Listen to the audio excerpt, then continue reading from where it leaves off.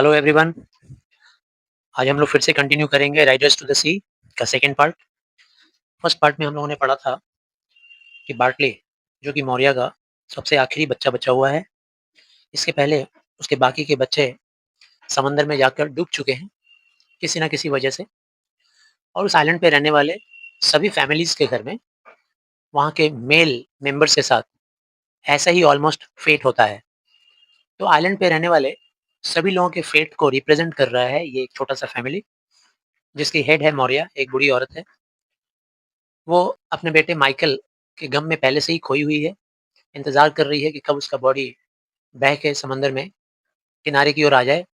तभी उसका छोटा बेटा भी तैयार होता है समंदर में जाने के लिए। इस बीच में इसकी 2 बेटियाँ कैथलीन और नोरा, इनको वहाँ का प्रीस्ट, उस आइलैंड का प्रीस्ट, इन लोगों को एक बंडल देता है जिसमें शर्ट का टुकड़ा है और प्लेन स्टॉकिंग्स है। और वो ये कह के भेजता है कि अगर ये तुम्हारे भाई माइकल का हुआ तो मम्मी को बता देना आपने कि उसको एक प्रॉपर बरियल हमने दे दिया है। ये लोग उस बंडल को खोलकर अपनी मम्मी के सामने उसके सीक्रेट को भी नहीं बताना चाहती हैं। शायद उसे दुःख हो। अब आगे देखते हैं क्या होता है। बार्टली कहता है अंदर आते हुए, and looks round the room, अंदर आते ही कमरे में चारों तरफ देखता है कुछ ढूंढने के अंदाज में। स्पीकिंग सैडली, और दुख और शांति भाव से बोलते हुए, मतलब शांत भी है और दुखी भी है। Where is the bit of new rope Cathleen was brought in Connemara. बोलता है कि कैथलीन, वो नई वाली रस्सी किधर है जो कोनेमोरा से लाई गई थी। कैथलीन नीचे उतरती है सीढ़ियों से और give give it to him, और कहती है आकर। कैथलीन सामने की ओर आते हुए कहती है नोरा से कि नोरा, वो रस्सी उसे दे दो। वो देख रही हो ना, सफेद बोर्ड्स जो वहाँ रखे हुए हैं दीवार पे, उन बोर्ड्स पे एक नेल लगा हुआ है, कील, उसी कील से लटक रहा है रस्सी, वो दे दो। मैंने उस रस्सी को उस कील के ऊपर सुबह को लटका दिया था, क्योंकि वो जो काले पैरों वाला जो सूअर है, वो उसे खाने लग गया था रस्सियों को। नोरा उसको रस्सी हाथ में पकड़ाते हुए कहती है, is that it Bartley? Bartley जरा देखो तो, क्या ये वही रस्सी है जो तुम मांग रहे हो? मौर्य कहती है, you do right to leave that rope. बेटा, बेहतर होता कि तुम इस रस्सी को यहीं छोड़ देते। Bartley hanging by the boards. बेटा बार्टली, इस रस्सी को इसी बोर्ड्स पे लटकता हुआ छोड़ दो बेटा। लेकिन बार्टली नहीं मानता है, रस्सी ले लेता है। मौर्य बताती है फिर आगे, it will be wanting in this place. बेटे, इस रस्सी की यहाँ पर बहुत ज़रूरत है। मैं तुम्हें बता देती हूँ कि अगर माइकल की बॉडी, मतलब बार्टली से बड़ा बेटा जो उसका था माइकल, जो कि पानी में डूब चुका है, मर चुका है, अभी तक उसके बॉडी का कोई पता नहीं है। मौर्य कहती है कि बेटा, माइकल की बॉडी अगर बहते हुए कल सुबह तक आ गई, या फिर उसके बाद वाले सुबह को आ गई, या फिर इस हफ्ते में किसी भी सुबह को अगर बहते हुए आ गई, तो फिर इस रस्सी की मदद से ही और भगवान की रहमो करम से हम लोग एक बहुत ही गहरा ग्रेव बना पाते, उसके लिए कब्र तैयार कर पाते, जिसमें ये रस्सी बहुत काम आती। बाटली कहता है, beginning to work with the rope, उस रस्सी के साथ काम करना शुरू कर देता है और कहता है, I have no halter the way I can ride down on the mare. देखो मम्मी, हमारे पास ऐसा कोई लगाम नहीं है जो मैं उस लाल घोड़ी पर बैठने के लिए इस्तेमाल कर सकूं और घोड़ी में लगाम बांध सकूं। और हमें आज जल्दी ही जाना है। This is the one boat.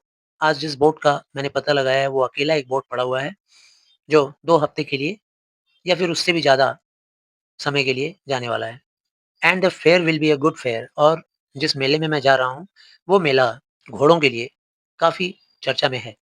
मैंने सुना है लोगों के बारे में, मैंने सुना है लोगों को ये कहते हुए कि वो मेला घोड़ों की खरीद और बिक्री के लिए काफ़ी इम्पोर्टेंट मेला है, काफ़ी अच्छा मेला है। अच्छा मेला है मतलब वहाँ ज़्यादा अर्निंग किया जा सकता है, घोड़ा बेचकर, घोड़ा खरीद कर ज़्यादा पैसे कमाया जा सकता है।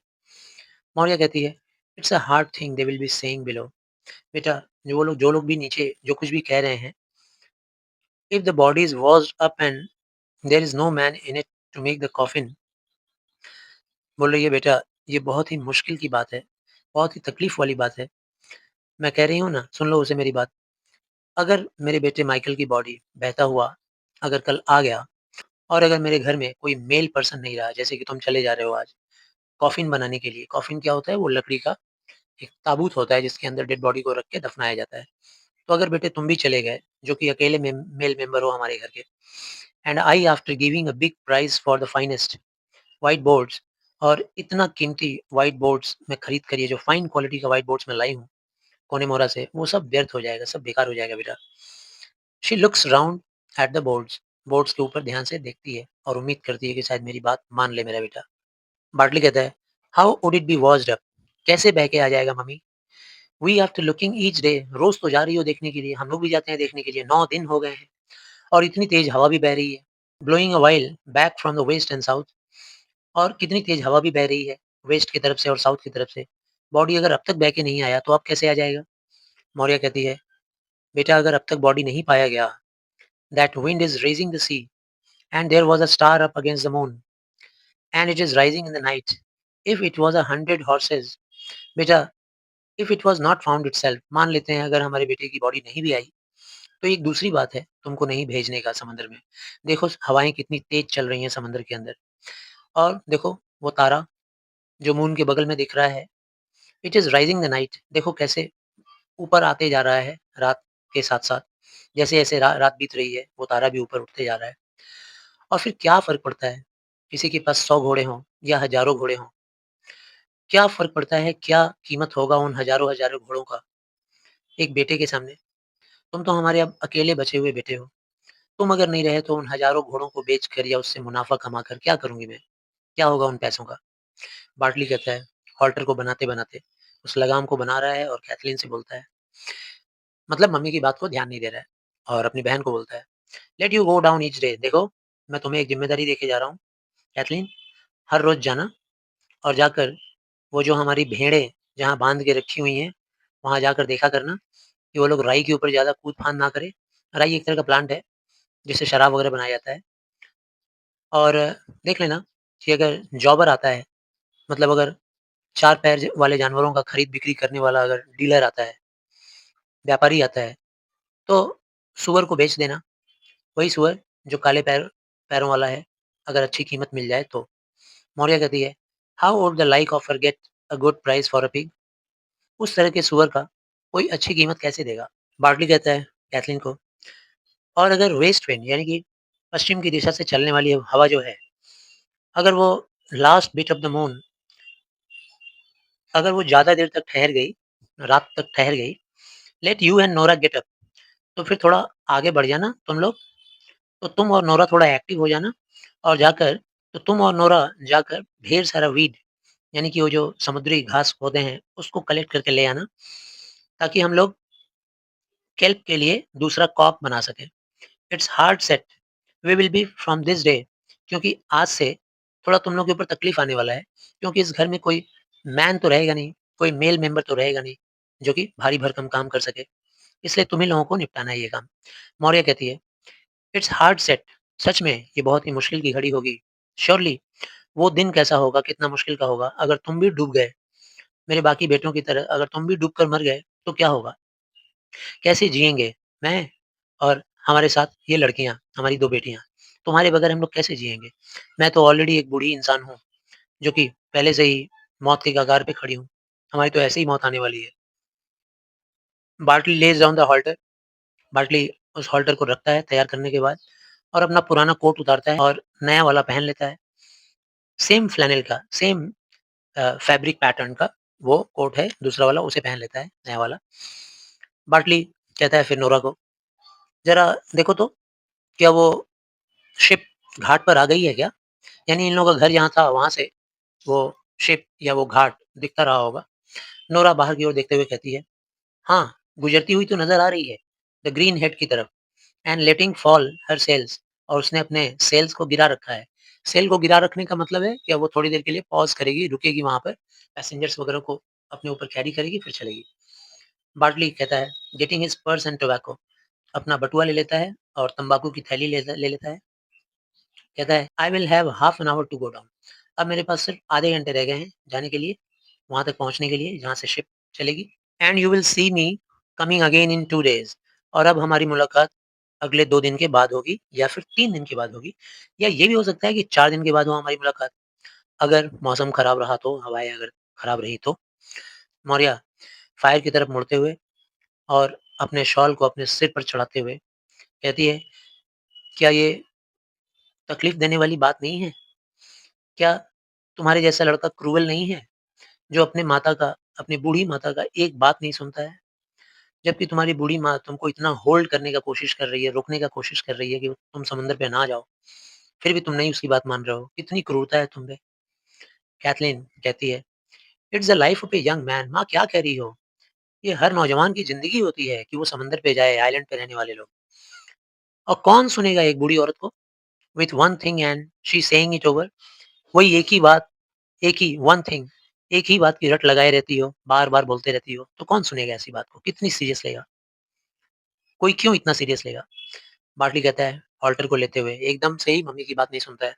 लगाम ले लेता है हाथ में और कहता है, I must go now quickly. अब मुझे जाना ही है। I will write down on the red mayor. अब मैं अपनी लाल घोड़ी पे बैठ जाऊँगा, सवार हो जाऊँगा और वो जो ग्रे पोनी है, छोटी-सी घोड़ी, वो मेरे पीछे-पीछे चलेगी। शायद उसी को बेचने के लिए ले जा रहा है या हो सकता है जिस पे बैठ के जा रहा है, उसको बेचने ले जा रहा है। The blessings of God on you. तुम सब पर भगवान की कृपा बनी रहे। और वो बोलकर निकल जाता है। मौर्या रोते-रोते कहती है, दरवाजे तक आते हुए खड़ी होकर, चला गया, चला गया, भगवान उसकी रक्षा करे। अब हम लोग उसे कभी नहीं देख पाएँगे। अब वो चला गया। When the black night is falling, I will have no son. जब वह काली भयंकर रात आएगी तेज़ तूफानों वाली, तब मेरे पास एक भी बेटा नहीं बचेगा इस दुनिया में। कैथलीन कहती है, why wouldn't you give him your blessings? तुम अपना आशीर्वाद क्यों नहीं देती हो मम्मी? ऐसी बातें क्यों कहती हो अपशकुन वाली? And he looking round in the door. देखो वो कैसे दरवाजे की तरफ मुड़कर देख रहा है हम लोग के घर की तरफ। Isn't it sorrow enough is on everyone in the house. क्या यहाँ घर में रहने वाले सभी लोगों के अंदर पहले से दुखों का पहाड़ कम गिरा हुआ है? Without your sending him out with an unlucky word. कि तुम उसको घर से इतना अपशकुन वाली बात, अनलकी बात कह के विदा कर रही हो। पहले से ही तो हमारे घर पर इतना सारा दुखों का पहाड़ है। And a hard word in his year. और इतना कड़ा शब्द, इतना क्रूर शब्द तुमने उसके कानों में डाल दिया कि तुम मर जाओगे, तुम डूब जाओगे मेरे बाकी बच्चों की तरह से। अच्छी बात कह के विदा नहीं कर सकती क्या? Maurya takes up the tongs. Maurya फिर चिमटा उठाती है, जो रोटी वगैरह सेकने का चिमटा होता है उठाती है। And begins racking the fire aimlessly. और बिना किसी एम का, मतलब जैसे चिंता में आदमी पड़ के कुछ करता है ना, वैसे चिंता में पड़े हुए और आग के बगल में जो अ, वो रखा हुआ है सब घास-फूस वगैरह, उसको कुरेद रही है विदाउट लुकिंग राउंड। आस-पास कहीं नहीं देख रही है। नोरा फिर कहती है, नोरा अपनी मम्मी की तरफ मुड़कर कहती है, "you are taking away the turf from the cake." Mummy ये क्या कर रही हो? तुम्हें होश भी है? मैंने केक पकाने के लिए आग जलाकर रखा हुआ है, उसमें टर्फ डाला हुआ है और तुम उस टर्फ को खोद कर, कुरेद कर हटा रही हो वहाँ से। कैथलीन चिल्लाते हुए, "the son of God forgives us." भगवान हमें माफ करे। Nora, we are after forgetting his bit of bread. कितनी बड़ी गलती हो गई देखो। हमने ये जो यहाँ पर ब्रेड वगैरह, केक वगैरह पकाया था, हमने जो ब्रेड बनाया था उसमें से बाटली का हिस्सा तो हम लोग देना भूल ही गए और वो बिना खाए ही, बिना ब्रेड लिए ही निकल पड़ा। She comes over to the fire. Nora कहती है, and it is destroyed. He will be going till dark night. उफ, कितनी बड़ी गलती हो गई। आज तो वो अंधेरी रात, काली रात तक बिना खाए पिए ही रह जाएगा। उसका सर्वनाश हो जाएगा शरीर का। And he after eating nothing since the sun went up. और आज सुबह से भी कुछ नहीं खाया है। जब से सुबह से सूरज निकला है तब से वो कुछ नहीं खाया है। कैथलीन केक को ओवन के अंदर पलटते हुए दूसरी ओर पलट देती है पकने के लिए और कहती है, it's destroyed, he will B. अब तो उसका हेल्थ पूरी तरह से डिस्ट्रॉयड हो जाएगा। श्योरली डिस्ट्रॉयड होना मतलब नुकसान हो जाएगा, नष्ट हो जाएगा। There is no sense left on any person in a house where an old woman will be talking forever. क्या होगा हमारे इस घर का? सेंसलेस है, यहाँ के सारे लोग सेंसलेस हैं, कोई सेंस नहीं है। जिस घर में एक ऐसी बुढ़िया रहती है जो हर वक्त पट पट बोलते रहती है, बेमतलब बकते रहती है। जस्ट वो निकल रहा था जब उसको अलविदा कहने के अलावा, उसको गुड लक बोलने के अलावा क्या-क्या अपशकुन बोल गई। पहला ही अपशकुन ये हो गया कि बेचारा खाए पिए बगैर ही निकल गया। Maurya Suez herself on her stool. Maurya अपने स्टूल पे बैठे-बैठे हिल रही है। कैथलीन फटाफट ब्रेड का एक बड़ा-सा टुकड़ा काटती है और काट कर उसको एक कपड़े में लपेट कर मौर्या को कहती है, let you go down now to the spring well. ये लो मम्मी, जल्दी से इस ब्रेड को पकड़ो और स्प्रिंग वेल की तरफ चली जाओ और जाकर उसको दे आओ, जहाँ से वो शिप पकड़ने वाला है। You will see him then. वहाँ उससे तुम्हारी मुलाकात भी हो जाएगी एक बार और। कैथलीन ब्रेड के बड़े से टुकड़े को काटते हुए और उसको एक कपड़े में लपेट कर मौर्या को कहती है, मम्मी ये लो और जल्दी से चली जाओ स्प्रिंग वेल, जहाँ से वो शिप पकड़ने वाला है। उसको ये ब्रेड दे देना, जहाँ से वो जाने वाला है, और उससे तुम्हारी दोबारा मुलाकात भी हो जाएगी। एंड द डार्क वर्ड और वो जो काले-काले अपशकुन वाले शब्द तुमने उसको कहे थे ना जाने के टाइम में, उसका भी असर कम हो जाएगा, वो भी न्यूट्रलाइज़ हो जाएगा and you can say good speed you और जाकर उसको अच्छे शब्द से विश कर देना। कह देना कि भगवान तुम्हारी रक्षा करे। The way he will B easy in his mind ऐसा कहने से वो थोड़ा ईज़ी फ़ील करेगा, थोड़ा बेटर फ़ील करेगा। मौर्या बेड को लेती है और पूछती है, "क्या मैं इतनी जल्दी वहाँ पहुँच जाऊँगी जितना जल्दी वो वहाँ पहुँच जाएगा?" कैथलीन कहती है, "हाँ, हो जाएगा लेकिन अगर अभी निकलोगी तो?" मौर्या कहती है मौर्या अनस्टेडीली खड़ी है, अनस्टेडीली मतलब थोड़ा डगमगाते हुए। "It's hard set I am to walk" बहुत मुश्किल है मेरे लिए वहाँ तक पहुँच पाना, वॉकिंग करना, चलना। I am unable to walk ये बोलने का मीनिंग है। कैथलीन चिंता से देखते हुए कहती है, "नोरा, इन्हें वो छड़ी लाकर दे दो। कहीं ये रास्ते में स्लिप करके बड़े-बड़े पत्थरों पर स्लिप करके गिर ना जाएँ। जाओ, वो छड़ी लाकर दे दो।" नोरा कहती है, "कौन-सी वाली छड़ी?" कैथलीन कहती है, "अरे वही स्टिक, जो माइकल लाया था कोनेमारा से।" मौर्या उस स्टिक को लेती है, जो कि नोरा उसे लाकर दे देती है। इन द बिग वर्ल्ड और कहती है मौर्या, "इस दुनिया में, बड़ी-सी दुनिया में, बूढ़े-बुज़ुर्ग लोग जब ये दुनिया छोड़कर जाते हैं, तो अपने बाद अपने बेटों को, अपने बच्चों को कुछ इस दुनिया में छोड़ कर जाते हैं। लेकिन हमारे यहाँ इस आइलैंड पर उल्टा होता है। हमारे यहाँ जो यंग मेन होते हैं, वो लोग अपने बूढ़े-बुज़ुर्गों के लिए कुछ न कुछ छोड़ कर जाते हैं। कहने का मतलब ये आइलैंड का ज़िंदगी ऐसा ही होता है जहाँ एक्टिव लोग जो होते हैं, यंग लोग होते हैं, वो अपने रोज़गार की तलाश में अ, समंदर पर निकलते हैं और फिर लौट कर नहीं आते हैं। खतरनाक लहरों में डूब कर मर जाते हैं और फिर उनके द्वारा छोड़ा हुआ जो कुछ भी होता है, वो सब उनके बूढ़े-बुज़ुर्ग एन्जॉय करते हैं। शी गोज़ आउट स्लोली और धीरे-धीरे फिर वो आगे बढ़ती है। नोरा फिर सीढ़ियों पर चढ़ने लगती है। जैसे ही देखती है कि मम्मी गई, वो सीढ़ियों पर चढ़ना शुरू कर देती है। क्यों? क्योंकि सीढ़ियों से चढ़कर वो टर्फ लॉफ्ट के ऊपर रखा हुआ बंडल उसको नीचे ले आना है और देखना है कि उसके अंदर का सामान माइकल का है कि नहीं। कैथलीन कहती है, "वेट नोरा वेट, थोड़ा इंतज़ार करो। हो सकता है मम्मी जल्दी से लौट आए। पहले से ही वो दुखी है, भगवान उसकी मदद करे। You would not know the thing she would do" तब तुम्हें इस बात का अंदाज़ा भी नहीं है कि वो फिर क्या करेगी, कितना रोएगी, कितना दुखी होगी, पहले से ही तो दुखी है, क्योंकि बाटली भी जा रहा है। नोरा कहती है, "is she gone round by the Bush?" अच्छा ज़रा देखो तो, क्या वो झाड़ियों तक पहुँच गई है? कैथलीन कहती है बाहर देखते हुए, "हाँ, हाँ, चली गई, अब चली गई। थ्रो इट डाउन क्विकली" जल्दी से फेंको नीचे बंडल को, टर्फ लॉफ्ट के अंदर से निकाल कर। "For the Lord knows when she will be out of it again" क्योंकि पता नहीं कब मम्मी उन झाड़ियों से वापस निकल कर तुरंत आ जाए। नोरा जल्दी से बंडल को लॉफ्ट से उतारते हुए कहती है, "यंग प्रीस्ट ने कहा था कि he would be passing tomorrow" वो यहाँ से कल गुज़रेगा हमारे घर के सामने से and we might go down and speak to him और हम लोग जाकर उसको ये बात बता देंगे कि वो जो उसने बंडल दिया था वो माइकल का है भी या नहीं। कैथलीन कहता है सॉरी कैथलीन कहती है बंडल को लेते हुए, "डिड ही से what way they were found?" क्या पुजारी ने ये भी बताया था प्रीस्ट ने कि कैसे ये बंडल मिला उसको?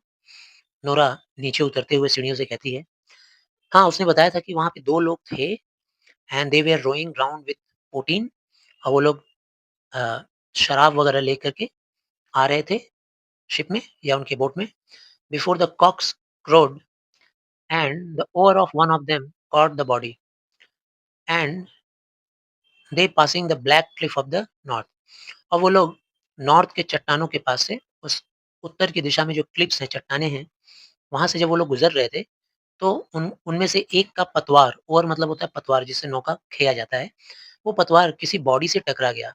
मतलब कोई जानवर या कोई डेड बॉडी से टकरा गया और टकरा कर उनका शिप पलट गया, जबकि वो लोग शराब लेकर आ रहे थे, सुबह-सुबह के समय। बिफोर द क्रॉक्स क्रोड यानी कि सुबह-सुबह मुर्गे की बांग देने के पहले के समय की बात है। कैथलीन कहती है trying to open the bundle उस बंडल को खोलते हुए कहती है, "लाओ, लाओ जल्दी से एक चाकू दो मुझे नोरा। ये जो स्ट्रिंग है ना धागा जिससे ये बाँधा हुआ है बंडल, ये पूरी तरह से सड़ चुका है और सॉल्ट वाटर लगने की वजह से क्योंकि समुद्र का पानी खारा होता है, तो पूरा सॉल्ट लग गया था उस डोरी के ऊपर and there is a black knot और उसमें गाँठ पड़ गई थी काली-सी, जो कि लूज़ करके खोली नहीं जा सकती थी। हफ्ता भर लग जाएगा उसको लूज़ मतलब उसकी गाँठ को खोलने में हफ्ते लग जाएँगे। उसकी गाँठ को खोलने में 1 हफ्ता लग जाएगा। इसीलिए जल्दी से छुरी लाओ और लूज़ करने की ज़रूरत नहीं है, मैं काट देती हूँ। नोरा लाकर उसको चाकू देती है और कहती है, "मैंने सुना है I have heard tell it was a long way to Donegal.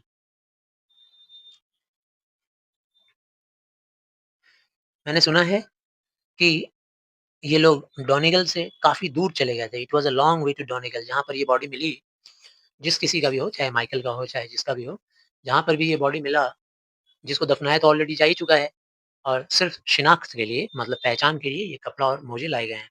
तो जहाँ पर भी ये बॉडी मिला, ये बहुत दूर था डोनेगल से।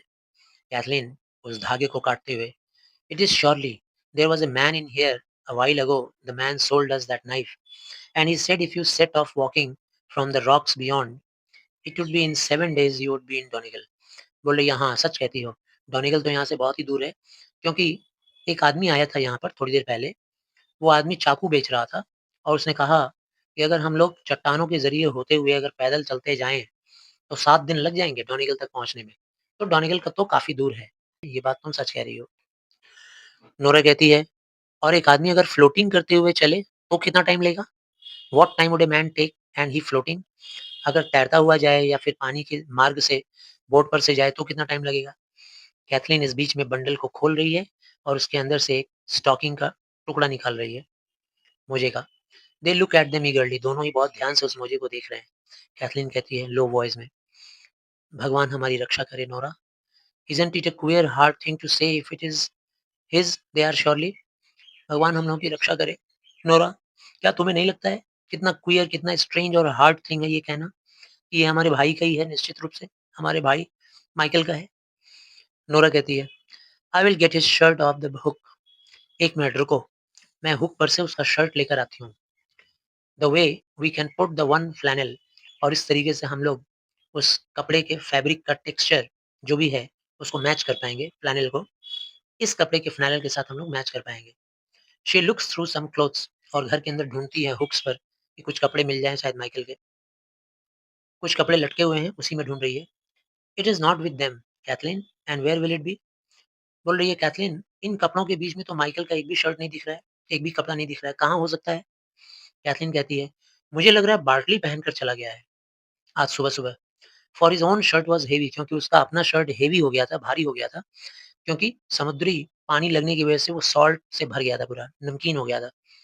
पॉइंटिंग टू द कॉर्नर, एक कोने की तरफ इशारा करते हुए कह रही है, there is a bit of sleeve was of the same stuff. अच्छा, उस कोने में देखो तो वहाँ पर एक स्लीव पड़ा हुआ है, शर्ट का स्लीव। जैसे जब शर्ट सिलाई किया जाता है तो स्लीव्स का कोई टुकड़ा हो सकता है बच गया हो, तो वही रखा हुआ है। बोली वहाँ लेकर आओ, वो भी सेम स्टफ का बना हुआ है। Give me that and it will do. हम लोग उसी से मैचिंग कर लेंगे, मैच कर लेंगे, जाओ। Nora brings it to her and they compare the flannel. Nora लेकर आती है वो कपड़ा और वो लोग उसका फ्लैनल मैच करते हैं, यानी कि उसके कपड़े का फैब्रिक और टेक्सचर वो लोग मैच करते हैं। कैथलीन कहती है, it's the same stuff Nora. Nora, बिल्कुल सेम टू सेम है। If it is itself, aren't there great rolls on it in the shops of Galway? फिर वो थोड़ी आशावादी बन रही है, उसके मन में थोड़ा होप आ रहा है कि हो सकता है ये मेरे भाई का ना हो। कह रही है, अच्छा नोरा, ये भी तो हो सकता है कि इसी तरह के कपड़े मार्केट में और भी मिलते हों, गैल्वे के दुकानों में। हो सकता है किसी और इंसान का हो, वो भी आदमी ऐसा ही शर्ट का कपड़ा खरीदा हो ग्रेट रॉल से। रॉल क्या होता है भई? जब कपड़ा सिलवाने के लिए हम लोग कपड़ा लेने जाते हैं तो कपड़े को रोल करके रखा रहता है। उसी में से निकाला गया हो, दूसरा इंसान इसका बनाया हो। And isn't it many another man may have a shirt of it as well as Michael himself? और क्या ये नहीं हो सकता कि माइकल जिस तरीके का कपड़ा पहनता था, वैसा कपड़ा और भी बहुत सारे लोग पहनते हों? नोरा, जो कि उस स्टॉकिंग को अपने हाथ में ले ली थी, वो कोशिश कर रही थी उसके ऊपर स्टिचेस को काउंट करने का, मतलब सिलाई कितना पड़ा है वो काउंट कर रही थी, क्योंकि कभी न कभी उसको किसी ने सिला था। इसीलिए उसको अपनी सिलाई का पैटर्न पता था। और चिल्लाने लगती है, रोने लगती है, बोलती है, it's Michael Kathleen, it's Michael. भगवान हमारी रक्षा करे, भगवान उसकी आत्मा को शांत करे, God spare his soul. And what will herself say when she, यहाँ हरसेल्फ कौन है? मौर्या। बोल रही है, और मौर्या यानी हमारी मम्मी को जब पता चलेगा, जब वो ये कहानी सुनेगी, तब उसको कैसा फ़ील होगा? ख़ास करके तब, जबकि बार्टली भी समंदर में जा चुका है। बचा-खुचा एक बेटा ही तो था और वो भी गया है समंदर में। तो ऐसी सिचुएशन में जब पता चलेगा मम्मी को, तो कैसा रिएक्ट करेगी? कैथलीन स्टॉकिंग को ले लेती है और कहती है, "अरे! ये तो प्लेन स्टॉकिंग है।" नोरा कहती है, "नहीं, नहीं दीदी, ये उन 3 जोड़ियों में से दूसरी वाली जोड़ी है, जो मैंने ही बुना था, निटिंग किया था। और मैंने उसमें 3 स्कोर स्टिचेस लगाया था। 1 स्कोर में होता है 20, 3 स्कोर्स का मतलब 60 स्टिचेस मैंने लगाया था और 60 स्टिचेस में से 4 स्टिच को मैं ड्रॉप कर दी थी, नीचे की तरफ झुका दी थी, गिरा दी थी। कैथलीन भी काउंटिंग करना शुरू करती है जल्दी-जल्दी। इट्स दैट नंबर और हाँ, बिल्कुल 60 में से 4 गिरे हुए स्टिचेस थे, सिलाई इज़ इन इट और वो भी रोने लगती है। Nora, isn't it a bitter thing to think of him floating that way to the far north? कितना दुःख हो रहा है ना सोचकर, कितना बिटर एक्सपीरियंस है ये सोच-सोच कर कि हमारा भाई पानी में बहते हुए इतनी दूर नॉर्थ में चला गया था एंड नो वन टू कीन हिम। कीन का मतलब रोना और उसके ऊपर उसके मौत पर आँसू बहाने वाला भी वहाँ कोई नहीं था, ना हम बहनें, ना उसकी माँ, बल्कि सिर्फ़ वो काली चुड़ैलें थी, जो समंदर के बीचों-बीच बस उड़ते रहती हैं हवा में। हे भगवान! नोरा खुद को लहराते हुए मतलब उसका बॉडी अनकंट्रोल्ड हो जाता है इमोशंस में और अपने बाहों को उन कपड़ों के ऊपर फेंक कर, कपड़ों को गले से लगाकर रोना शुरू करती है। And isn't it a pitiful thing when there is nothing left of a man who was a great rower and fisher. कितना दयनीय बात है, कितना दुःख भरा बात है दीदी, कि वो इंसान जो इतना बड़ा रोवर था, रोइंग करना जानता था समंदर की लहरों में, जो इतना बड़ा फिशरमैन था, फिशिंग करना जानता था, उसका कुछ भी नहीं बचा, कोई शेष नहीं बचा उसका। But the bit of an old shirt, बस उसके शर्ट का एक टुकड़ा बच गया है और उसकी प्लेन स्टॉकिंग बच गई है। कैथलीन थोड़ी देर के बाद, एक क्षण के बाद कहती है, टेल मी हरसेल्फ कमिंग, देखो तो मम्मी आ रही है क्या? नोरा, मुझे आवाज़ सुनाई दे रहा है, किसी के पैरों के, कदमों की आवाज़ सुनाई दे रही है। नोरा बाहर की ओर देखते हुए कहती है, हाँ, हाँ, कैथलीन आ रही है वो। She is coming up to the door, बस दरवाजे तक आ गई। कैथलीन कहती है, जल्दी से लो ये बंडल और ले आकर उसके आने के पहले उसको रख दो। Maybe it's easier, she will be after giving her blessings to Bartley, and we won't let on we have heard anything the time he is on the sea. हो सकता है कि बार्टले से मिलने के बाद उसका मन थोड़ा ईज़ी हो गया हो और थोड़ा वो हल्का महसूस कर रही होगी और बार्टली को आशीर्वाद देकर आई होगी तो और भी उसको अच्छा लग रहा होगा। और हम लोग जो कुछ भी जानते हैं माइकल के बारे में, वो हम लोग कोई भी बात उसको डिस्क्लोज़ नहीं करेंगे, स्पेशली तब तक जब तक कि बार्टली समंदर पे है। नोरा हेल्पिंग कैथलीन, जल्दी से कैथलीन की मदद करते हुए बंडल को क्लोज करती है और कहती है, we will put them here in the corner. अभी हम इसको यहीं कॉर्नर में ही रख देते हैं, कोने में ही रख देते हैं। They put them in a hole in the chimney corner, और चिमनी के कोने में एक छोटा सा होल होता है दीवार में, उसी में वो लोग उस बंडल को रख देते हैं।